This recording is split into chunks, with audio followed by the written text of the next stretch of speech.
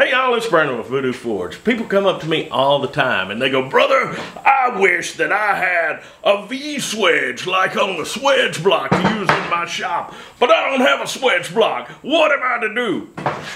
Okay, actually nobody has ever said that to me, but we're gonna make some V-swage hardy tools, so let's get on it.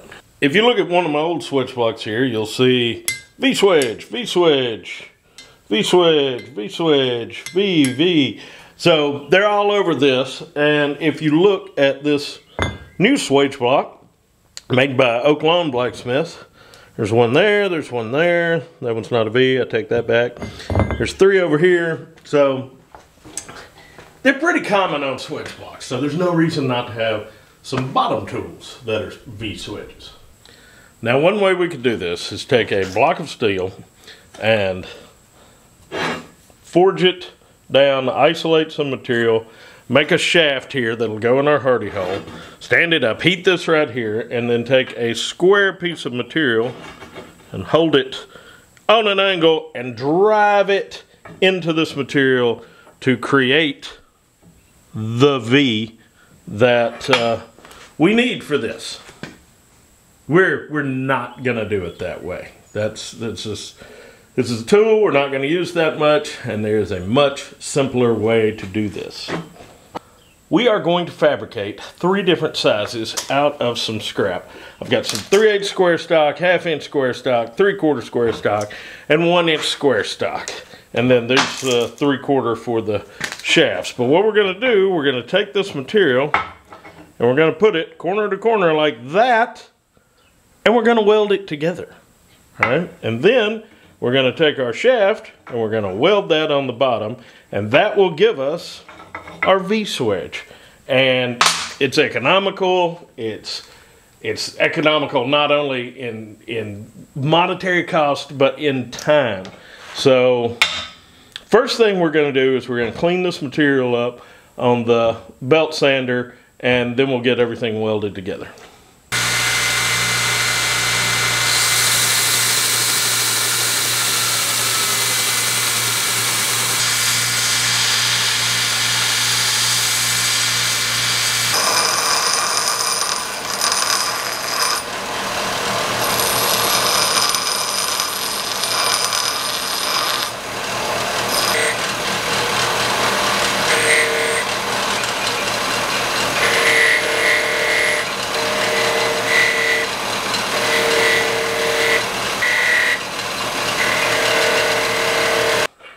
I got 2 sides of each piece cleaned up, and those will be the inside of our V-swage, or swage, however you say it.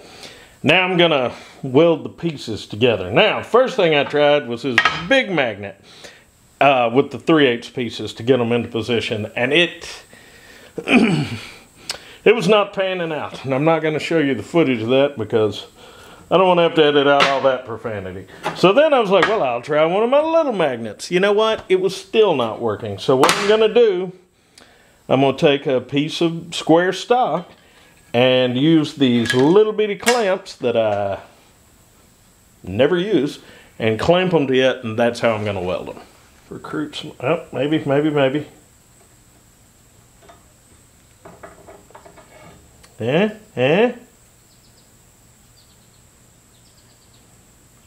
Alright, that is,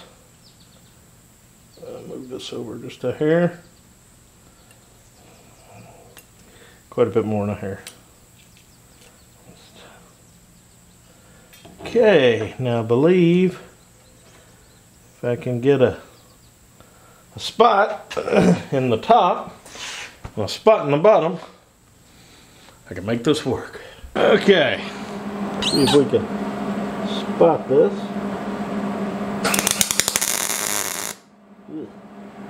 Nasty.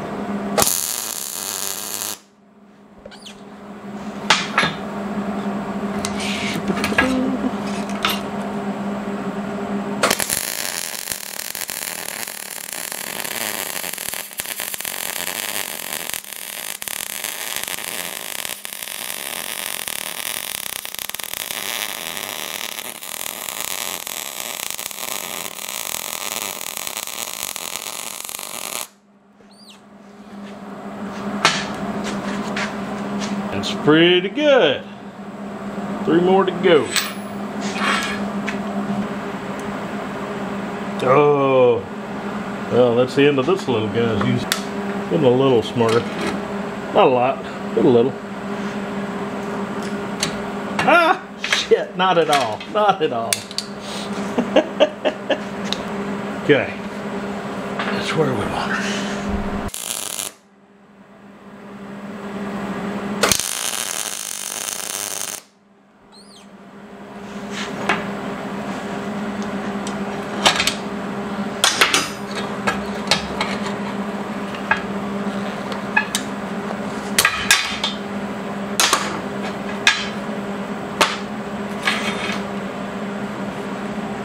Very nice.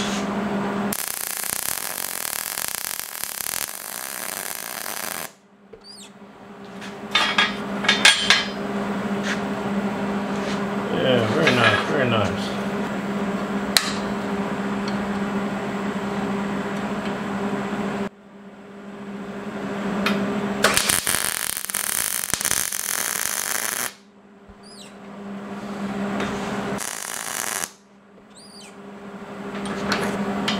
So now that I'm on my last one, I figured out the trick is attaching it to the same size material that it is. So that first one, if I had used 3/8, which is what the material was, it would have probably clamped up quite a bit easier.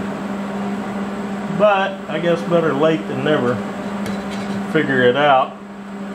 I do have to make a few more of these for the Granville Blacksmith Shop. So every little piece of information helps.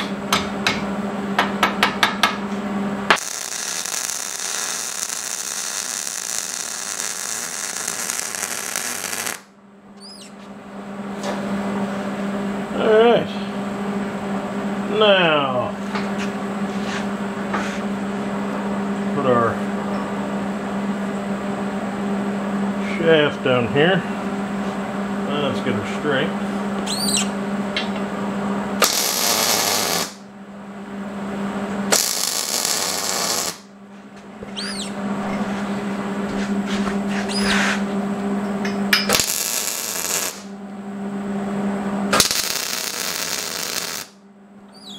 Now on this 1-inch material, I'm running this pretty hot. But before I do more than just tack the corners, I want to make sure this is going to sit good in that anvil. Ah, it's hot. Yeah! That'll work. It'll work good. Let me show you what not to do. I was just chugging along here, welding my stakes on. Yeah, welded them on the wrong side. So I got to pop those off and grind them. Oh well, nobody's perfect. Well, the good news is I've been able to fix my silly mistakes. Just tacking these on before looking at them, it worked out. I was able to knock these shafts off and clean this up pretty good. It didn't get much penetration on the weld, so it wasn't super messed up. Don't have to start over. Now, however, I also, when I was looking at everything, the one that I made with the 3/8 stock is, for lack of a better term, cattywampus. So we're gonna get rid of that one.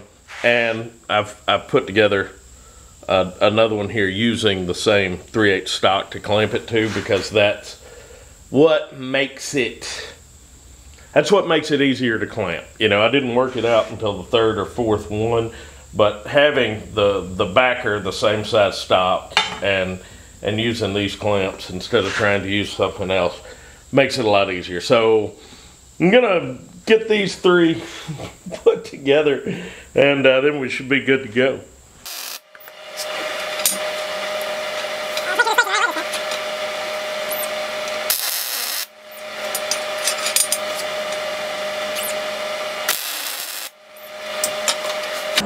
I'm gonna clean that up quite a bit before I weld the shaft out, so I'm gonna let it cool off first. That looks good. That one looks good. Now we got them all done, so let's see what they do.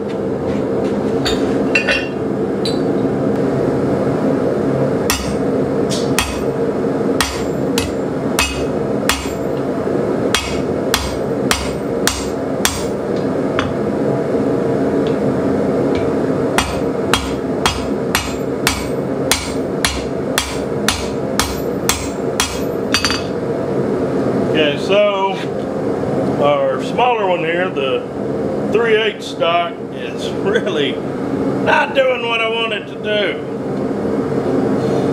But now, we know. Here.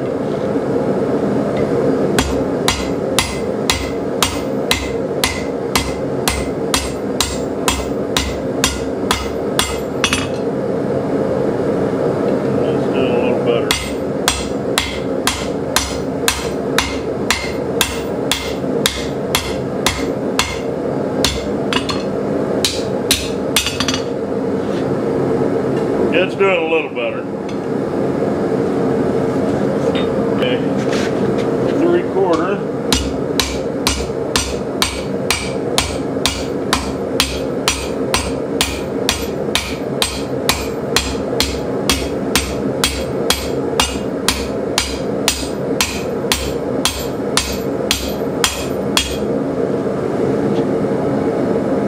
So that worked a little more the way I wanted it to. Didn't beat up the edges as bad. Of course, these are a little more round. Yeah, a lot of it could have to do with the size crossbeam I'm using. You know, if I was using some kind of set tool that would get down in there, that would make a difference. Let's do the 1-inch. Okay, well, that fits right down in there.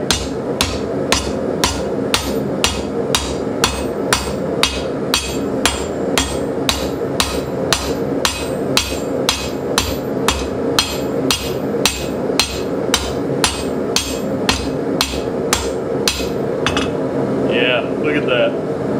I mean, it makes such a difference, the crossbeam being able to fit in there and it fitting all the way in there. So, okay, what have we learned?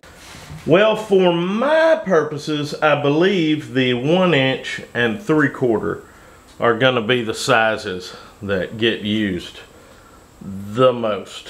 I doubt the 3/8 will ever be used again, and it was the biggest pain in the butt to make, so do with that information what you will. I mean, I'm glad I've got these 4 sizes, but I've got to make some for the Granville Blacksmith Shop. But the Granville Blacksmith Shop is only going to get 1-inch and 3/4. I also think that I'm going to take a flap disc and kind of break these top corners a little bit, round them over, and I believe that will mar the material a little bit less. So, V swages, or swages, or however you say it in your particular region. Well, there we have it. Now, the happy thing about me making all these mistakes in this video is that gives you a chance to learn from my mistakes, so you don't have to make them.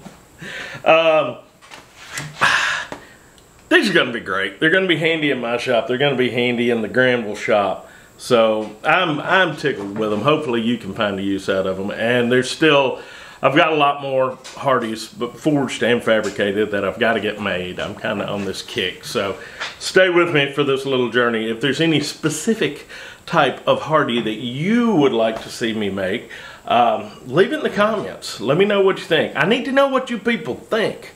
So let me know. All right, y'all behave yourselves, and we'll see you next time.